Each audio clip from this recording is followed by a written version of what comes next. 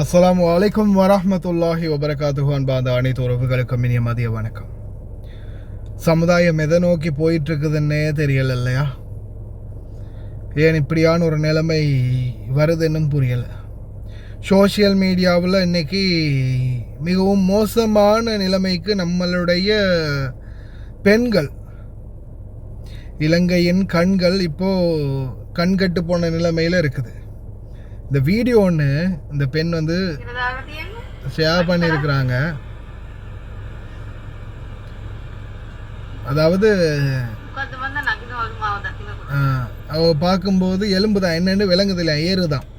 என்ன படியே ஏறுறீங்களா, என்ன ஏறுது, என்ன படி ஏறுதா, முன்னது நாக்கி என்ன படிப்பில் நாக்கி என்னவாது அப்படி என்ன ஏறுதுன்னு அவருக்கு தெரியாது. என்ன அவ பால்குடி மறக்காத பப்ப, அவருக்கு தெரியாது என்ன ஏறுதுன்னு. அந்த ஆடைகள், அவங்க உடுத்தக்கூடிய ஆடைகள் வந்து எந்த அளவுக்கு இருக்குதுன்னா, இப்போ சமுதாயம் வந்து எந்த ரூட்டில் போயிட்டுருக்காங்கன்னா, கொஞ்சம் ஒரு அளவுக்கு இப்போதைக்கு ஒரு அளவுக்கு அப்படியே இந்த நிலைமையில் வந்து கொஞ்சம் பாதியில் வந்து இன்னும் கொஞ்சம் நாள் போகல முழுசாக எல்லாத்தையும் திறந்து விடுறது அளவுக்கு இவங்களுடைய அந்த இப்போதைய நடைமுறைகள் இருக்குது. அதாவது எதிர்காலத்தில் இந்த சமுதாயம் ஒரு அளவுக்கு திருந்தி நல்ல வழிக்கு வரும்னு பார்த்தா இன்னும் கொஞ்சம் காலம் போகல இந்த சமுதாயம் மொத்தமாகவே நாசமாக போயிடும் அப்படின்ற நிலைமைக்கு தான் சிச்சுவேஷன் உருவாகி இருக்குது. இன்னும் கொஞ்சம் காலம் போகல இது அப்படியே மொத்தமாக சாம்ராஜ்யமே சரிஞ்சு போயிடும் அப்படின்ற மாதிரி தான் இருக்குது. அதே மாதிரி இன்றைக்கி சமூக வலைத்தளங்களை திறந்தாலே அடுத்தது இவங்களுடைய அந்த நடைமுறைகள், இவங்களுடைய நடவடிக்கைகள் காலப்போக்கில் சின்ன இப்போவே ஓவர் எல்லாமே முடிஞ்சு போச்சு அப்படின்னு தான் சொல்லணும். சின்ன பிள்ளைங்களோட கையில் கூட ஃபோன் இருக்குது, குழந்தைகள் ஃபோன் பார்க்குது. இப்போ சாதாரணமாக இப்போ உதாரணத்துக்கு சொல்கிறேன், இதை பற்றி சும்மா அதை பெருசாக நார்மலாக இதை வியூகிக்காத எத்தனை பேர் இருப்பாங்க, தள்ளிட்டு அப்படியே பார்த்துட்டு போகிறாங்க. இப்போ இந்த மாதிரி கதைகள், இந்த மாதிரி கேவலமான பொறுக்கித்தனமான அசிங்கமான வார்த்தைகளை இவங்க தெரிஞ்சும் வேணுமெண்டு இந்த மாதிரி செய்யும்போது, இப்போ அந்த வீடியோ இவங்க போட்டிருக்கக்கூடிய அந்த வீடியோவில் பல பேர் கிட்டத்தட்ட நான் நினைக்கிறேன் அந்த வீடியோ கமெண்ட்ஸ் மட்டும் வந்துருந்துச்சு கிட்டத்தட்ட ஒரு எத்தனை 500 சொச்சம் கமெண்ட்ஸ். சரியா?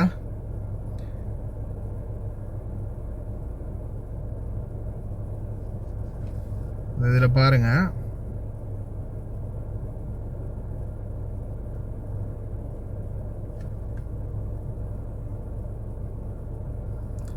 கிட்டத்தட்ட 551 கமெண்ட்ஸ், 10 லைக்ஸ்.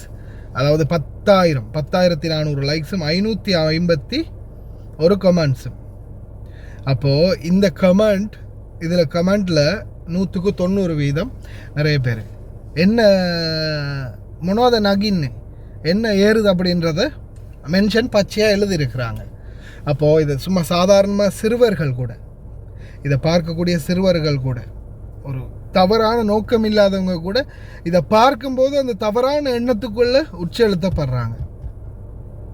நிறைய பேர் இன்றைக்கி வெளிநாடுகள்லையும் சரி, வெளிநாடுகளில் இந்த டச் ஃபோன் வந்ததுக்கு பிறகு இது வந்து 2K கிட்ஸ் வந்து இப்போ ஓவர், அவங்க முடிஞ்சு போயிட்டாங்க அப்படின்னு தான் சொல்லணும். 2000ஆம் ஆண்டுக்கு பிறகு, 2005 2010ஆம் ஆண்டுக்கு பிறகு இந்த ஃபோன், டச் ஃபோன், இந்த இன்ஸ்டாகிராம், டிக்டாக், ஃபேஸ்புக், அது இதுன்னு இந்த சமூக வலைத்தளங்களும் வளர்ந்த பிறகு இந்த சமூகம் மொத்தமாகவே அப்படியே சீரழிஞ்சு போச்சு. எந்த ஒரு இதுவுமே இல்லை, கொடுப்பனவே இல்லை. ஒரு 2030ஆம் ஆண்டு வரும்போது இந்த சமுதாயம் திருந்திடும் அப்படின்னு நினச்சா இந்த சமுதாயம் மொத்தமாகவே அழிவு நிலையை நோக்கி போயிட்டுருக்குது. இது இப்படியே தொடர்ந்தால் காலப்போக்கில் நம்மளுடைய சமுதாயம், நம்மளுடைய இளைஞர் சமுதாயம், வளர்ந்து வரக்கூடிய பிள்ளைகள் வந்து என்ன மாதிரியான ஒரு நிலைமைக்கு போகிறாங்க அப்படின்றது தெரியலை. இறைவன் தான் பாதுகாக்கணும். அன்பார்ந்த உறவுகளே, உங்களுடைய குழந்தைகளையும் தயவு செய்து கவனமாக பார்த்துக்கோங்க. முடிந்த வரைக்கும் இந்த மாதிரி விடயங்கள்லேருந்து அவங்கள பாதுகாத்துக்கிறதுக்கு நீங்கள் தான் முயற்சி எடுக்கணும். ஏன்னா இப்போது வெளிநாடுகளில் ஏன்னா நான் இதன் தொடர்ந்துமே வெளிநாடு வாழ் தாய் தந்தையர்களுக்கு அறிவுறுத்துறது, ஏன்னா உங்கள் வீடுகளில் நிறைய பேர்கிட்ட டச் ஃபோன் இருக்குது, உங்கள் எல்லார்ட்டையுமே டச் ஃபோன் இருக்குது. வீட்டுக்கு கால் பேசுறதுக்காக நீங்கள் டச் ஃபோன் வாங்கி வச்சுருக்கிறீங்க. அப்போ அந்த டச் ஃபோனில் உங்களோட கால் மட்டும்தான் பேசுவாங்களான்னா இல்லை, நிறைய விடயங்கள் இருக்குது, நிறைய மாதிரி இந்த மாதிரி அனாச்சாரங்கள் இருக்குது. இவைகள்லேருந்தும் அவங்கள பாதுகாக்கணும். முக்கியமாக சொல்லப்போனால் இப்போதைய சூழலில் நீங்கள் யோசித்து பாருங்கள், சில நேரங்களில் சில நபர்கள் என்ன சொல்கிறது, சில குடும்ப உறுப்பினர்கள் கண்டுக்கிறதே இல்லை. ஏன்னா தாய் தகப்பன் தான் முக்கியமாக இதை கண்ட்ரோல் பண்ணணும். ஆனால் அவங்களே இதை கண்டுக்கிறது இல்லை. அவங்க இதை என்கரேஜ் பண்ணக்கூடிய நிலைமையில் தான் இன்னும் இருக்கிறாங்க. அதுதான் முக்கியமான காரணம்.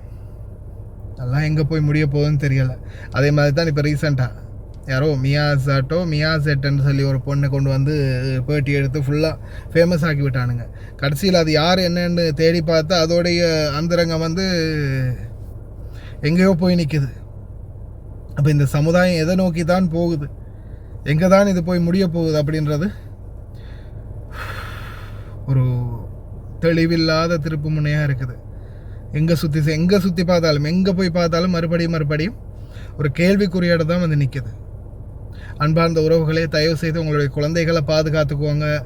எதிர்வரும் கால சந்ததிகள் இதை விட இன்னும் மோசமான நிலைமைக்கு மாறுறதுக்கு வாய்ப்பு இருக்குது. அதை கொஞ்சம் நீங்கள் தான் பார்த்து கட்டுப்படுத்தி கண்காணிக்கணும்.